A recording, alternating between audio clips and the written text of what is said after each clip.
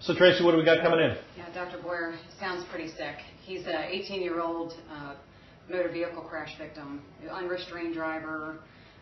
Sounds like he's a little unstable in the field. Heart rate is in the 120s. Blood pressure is 90/40. He's got an obvious left femur fracture. They have him in a hair traction splint. He's backboarded, collared. They have him on some oxygen. It sounds like his O2 sats are in the 88 to 93%, and his GCS is poor. So minimally responsive, and they've got some oxygen going. They have oxygen. One IV? One IV, I think 18 in the right AC. All right.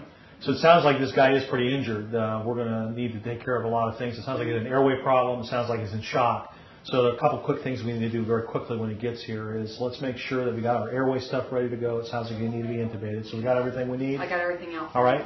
And Betsy, it sounds like he's only got one IV. So when he arrives, what I'd like you to do is put a second IV in on his other side that he doesn't have one.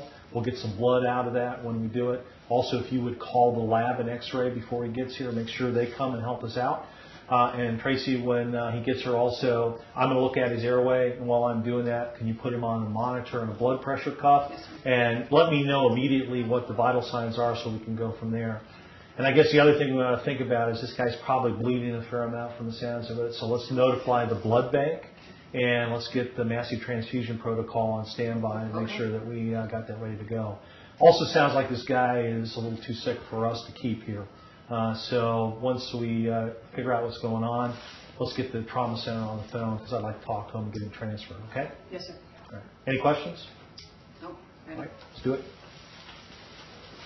This is Garrett. He's 18 years old. He's an unrestrained driver in a single vehicle MVA into a tree. About 10-minute extrication. He has a GCS of about 8. Has a head injury up here underneath the gauze and has an open femur fracture with some minor bleeding. Is it motor vehicle collision into a tree? Yes. Prolonged extrication. 10 minutes. He's unrestrained. Unrestrained. And you said he's got an obvious head injury. Obvious head injury. And an obvious femur fracture. Open femur fracture with some Okay. bleeding. And that's all you see right now. The bruising to the left chest as well. And his last set of vitals. Blood pressure is 90 by Pal. He was 120 times tap on the monitor. Respiratory rate was about 12. Was clear bilaterally. And he's been unresponsive for us. Any other issues? Not that I know of. All right. Thank you very much. Thank you. All right, guys. This guy looks like he's got a lot of injuries, and let's do this in a nice systematic fashion. We're going to start with the ABCs. So Tracy, while I'm assessing the airway, I want you to put some leads on. Let's get a blood pressure. And Betsy, if you can come over here on this side and help me with the airway. Looks like he's breathing about 20 times a minute. Sir, can you open your eyes? Sir, what's your name? Looks like he's not responsive at the moment. He's got some obvious facial trauma, and it looks like he's not breathing real well. He's a little bit blue. O2 sat 82%. O2 sat's 82%, so we're going to need to intubate him. So what I would like you to do, Betsy, is I want you to hold C-spine precautions here. I'm going to take the C-spine collar off. C-spine. And I'm going to put in an oral airway in here. See if we can get a little bit better. All right, let's put this oral airway in. Let's go ahead and bag him here. Responsive. It looks like he's going to need to be intubated. Do we have our intubation stuff ready? Everything's right behind you, ready to go. All right. Can you bag him here while I grab that? I got it. Can you come off for a second? Let me just take a look here. Looks like we got a little bit of blood in there. Let me suck that out. All right. Suction. Suction. All right. Good. Great. All right. Let me just take a peek here. Let me know if you want some cricoid, Dr. Boyer. Yeah, a little cricoid pressure would be great. Thank you. All right. See his cords, tubes going in. Great. Good color change. Good Great. color change. All right, let's get him hooked up to a ventilator. In the meantime, let's put the C-spine collar back on, protect the C-spine. All right. And let me take a listen to his lungs. Betsy, there's a little bit of bleeding there. Put some pressure on that if you would. Can we call for respiratory and a ventilator, please? I got good breath sounds on both sides, a little bit less on the left than the right. He's got some bruising on his left chest. So let's see what we got. His airway is taken. We've got him as intubated. His pulse ox has come up to 96%. What are our vital signs doing? Looks like his heart rate's 115 and his blood pressure is 90/42. All right. So it looks like he's a little bit in shock. We've got airway and breathing taken care of. Is he bleeding anywhere actively? So he's bleeding down here on the leg. Can we get some more help? Hey, Will, can you help us? Yep, got it. Dr. Boyer, would you like a second IV? Yes, let's start a second large bore IV, and let's hang normal saline. And how much IV is hopefully, put some pressure on that if you would, please. You keep bagging. Start a second IV over here, Tracy, if you would. And I think this guy's going to need some blood, so let's call the blood bank and get a massive transfusion protocol going.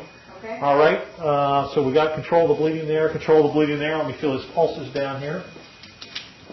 I think his traction splint seems to be working. He's got good pulses here with some bleeding there. It looks like an open femur fracture. I don't see any obvious bleeding on his chest. His abdomen is soft. His pelvis is not stable. I think he's got a pelvic fracture, so you can have significant bleeding from there. So definitely this guy's going to need some blood, so let's make sure we get some blood products for him. In the meantime, let's expose the patient. Does that bleeding seem to be taken care of there as you wrap that, Will? Yep, looks pretty good now. All right, can you go ahead and get him exposed, take off the rest of his clothes there. And once we get him exposed, let's make sure we get some warm blankets to cover him back up so we don't get hypothermic.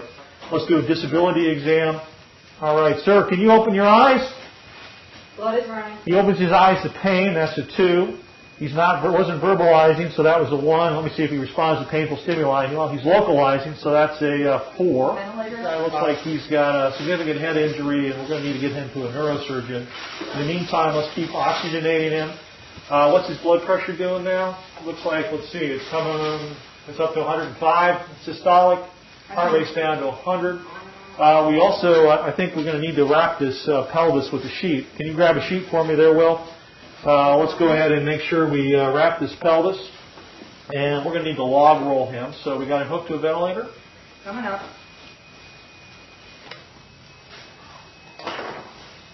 All right, this is going to be on your count. You count it down for us on the count of 3. Secure 1, 2, and 3. All right, let me get this backboard out. What's the IV? And I'm going to examine the spine here to make sure there's no step off. Feels like there's no step off here. Let's do a rectal exam. I need some jelly for that. All right. All right. He's got good rectal tone. Well, I've got him up here on the side. Let's put the x-ray plates in to get a chest and a pelvic x-ray. Watch the IV, sir. All right.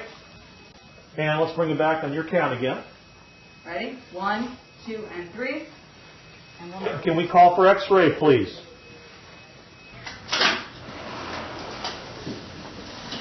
All right, we'd like a chest and a pelvis. Yes, sir. All right, guys, let's reassess what we've done so far. We've done our ABCs. We've got him control his airway control.